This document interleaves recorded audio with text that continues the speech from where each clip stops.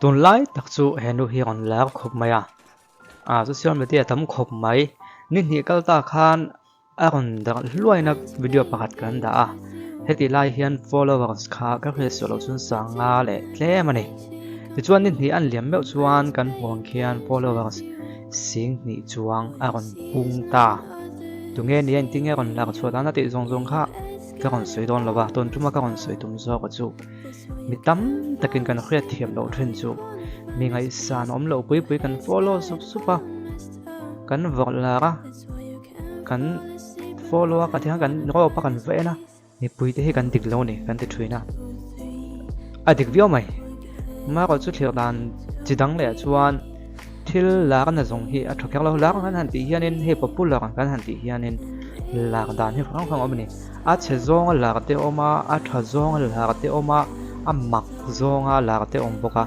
chu ta chuanin a che zong la po khan ngai event tu nei tho mak zong la po khan ngai event tu nei tho tin nu izat zong la po ngai event tu nei tho a tha zong la po ngai event tu nei tlem sok mai the anei tlem be sok mai the ni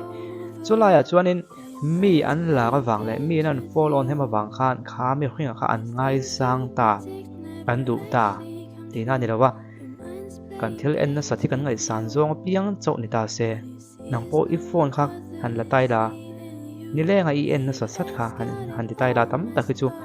kan en na sat na zong kan ngai sang thek lo he chu ti am mu nom ti ya nu zat dewa en te po kan ma ni hela ya hianin kan tholai tam tak ta thin lunga hianin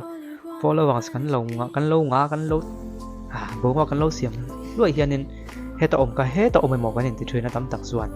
ama ko chu kan khret to chu heta om ka chu followers sa chu ni mai theya popular hum khem la hum khem ma ka chu heta om hetan om mai theya ama ko chu mi te ngai san ka chu heta om be le thei tho ni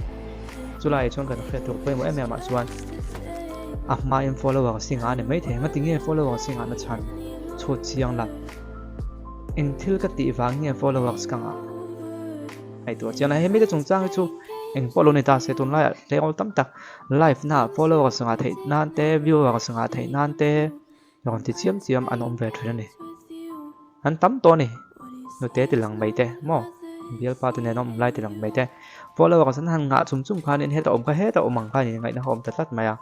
amma e ro chu heta om ka heta an om ni lavin alla na zona chu khan an oma an hlut na le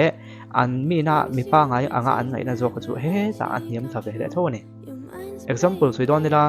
a chelam pangania soi vak vak chi lawa mi ming soi chuan non no tu te a oma chu wang chuan example ang chuanin kan soi khyang lo nga a mai ro chu ke ma ni zo ha in en chiana khop mai ten kan tha lo na thren tu kha chu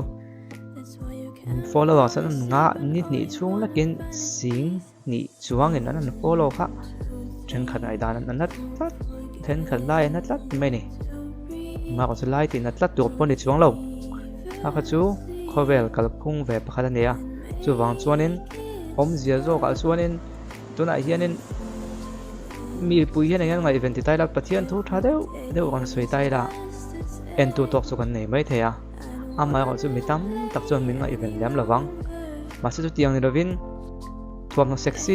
deu ha tai la live train tai la thil soi train tai la kar lawa mi ngai event kon chuan lo mai the ni nang wanga kan ti chuan in thuam no sexy deu ha kha tha to zo gam ni lo ve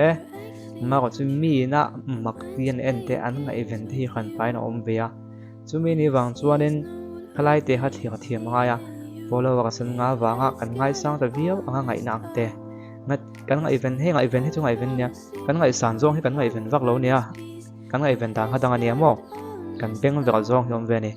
chu wang chuanin followers an han nga thu hi kan lai lo na deu ange thren khat comment ate mo thren khat soi ate khalai te kha va khriat thiam sakha atur khop maya atok phang na kan man do chuanin ke ma hianin social media khovela kan oma zan hi khathil thua views nei pup thei la pup thei ve kan ni ka ngai to thina kan channel te po video than khachu view sanga em maya bu ka siam lo ya than khate ka chu pa ngai maya e man hi la ve ta yo ven khriat na hi aom du khop mai mi te chuan mi lo khrian ni mai thema ko chu keima ni kha bon tario anga ngai na khom tlat maya ama ko chu engwang views khanga engwangin nge min en twin kan ti chuan keima wang chu ni chia lo kan thil ti zo khalo ni thina keima ani tak chu mi hem min lo en pe tu tuk lem lo ani ti in pom thiam lo chun chapo ve a te hi ol an han ti khoma ni ve tak ya ven khre the ol yo ne chu wang chuanin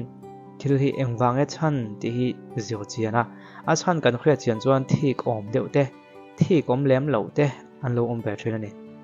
ola in bank ti wa ka tan ATM booth mi malin an nei thei tan ron tia kan chiak lo kange Reserve Bank of India chun ATM booth kan ti mai white label ATM chu bank ni lo company ten hena ai angkol na pi chuaka chung company zinga vak range mi valal piang ka chhun zo to a thil hi chiak hiak khop mai company chun tun hai khan selai la lon oma chu ma so franchise ta na kon thlang delta ani hna tang hian mi malin ATM booth he jun na kan du na huna an nei thei do na ni ATM booth ne chu nge hlok na hei ta thine e bank ti wa ka kan ge pong gala khret ngai chia lo mak deuh sumo ATM booth a poisa la suwa piang hian chen ko commission an hunga balance check in ATM pin siam ate balance check ate mo cheng hi re poisa som nga zel commission an huang tuna bank tan an call mek ATM booth a hi chuan hun bane poisa hian da lu thina himal en kolani chuan poisa zo huna agam chan ang zel en da lu da khazel thei do na wang khan kha ATM booth a kham poisa reng don thei da tin ani chu a chia kan tiang chi thei om ve lo nga chu wang min ATM booth ren tlak chu panin an lo in khat don ani ATM booth en kol tu le nei tu kha franchise tian ni dona franchise hian wa ka rain sting kan lammeng ATM khol kha hun tiam nei nam man sak don ti na nei ber chu athira documents pe mo thren khatte chu workaround account na khol pakhat tan cheng nuai ni deposit tu ania yang ba ga hian master franchise a thil bul thil tur boi puina tur deposit angai bok hei hi chu kan mun ma location a join ain ang lowang ti dania ATM call hi ni somok chung ni zo am lo thleng man tu a be se le ta nia ai mai mo ai tlai khatama pon ni theya hei hi chu transport lam din huna jo aniang franchise te ti tu a he niang franchise te hian ATM booth hun ma room in siam long kha an ti tu ania ai in sak te mo company kai khona zuil in siam le chei tu ania tin ATM call and call tu kha training uluk le khata kha pek an niang chu ba ka master franchise le Vagrants company tungin a chia thata franchise ten vil pop chat dona ATM booth hi khol chang kang le thata ni wang na chemai bai lo ba ATM chia kan ti thun tam zo hi pois om lo wang man thelo ni tang pui ka chiok dak lo mang ka khret chao zo chu ATM booth nei theng mon lok me re ti lai te kha kan khret cha takin la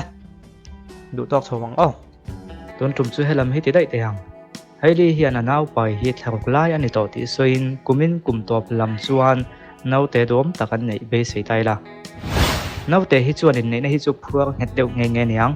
nawan pai ti walau takan puan nu hian anin nei na thu tiam po an tiam thar non le a heili hi chu ain chei moi viawa justin ero in huang hi ni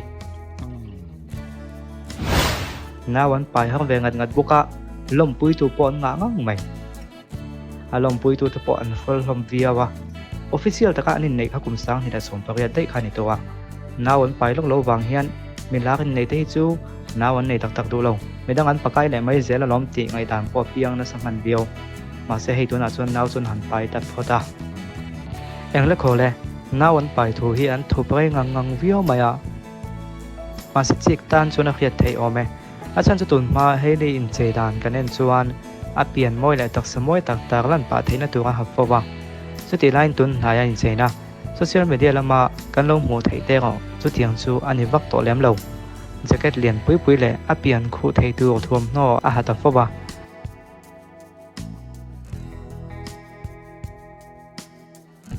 march la po khan tiktok lama avun ankle dan le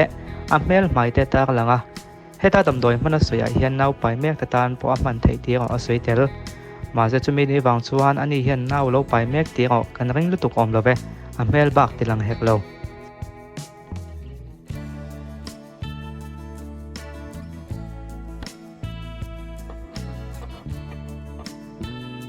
Zoram Polytechnic yung reya lo dukan heng anway niya siya seat ome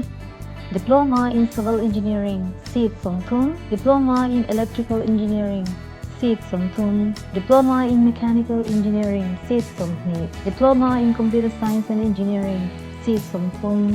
deal theite HSLC le chung lang deal hun chu May ni som ni sang he som he pali chen examination date May ni som he pali sang he som he pali Mizoram Polytechnic lung leya lu ti hian scholarship that tak an hua meichia pe chuan pumping scholarship cheng singa an la zia ani online na deal lu kan www.dhte.mizoram.gov.in lu tla submit ro le online na ti thelo tan Mizoram Polytechnic lung le Women's Polytechnic Aizola deal take ani chuchang lu tan hen phone number 9862 655 774 9862 680 366 9436 758 902 azo fia the ani e mi pa le mai chia hin buana mi pa hin ne lo ne na lang ama ko chu mai chia zo ka kon ding chuak che mai chu kan thil mu hian ka ngai tu na ala peng koi kwal vel vek mai ni thil dang min ngai tu tiang hal vek mai ni a o ma ko thla lo lang khan mo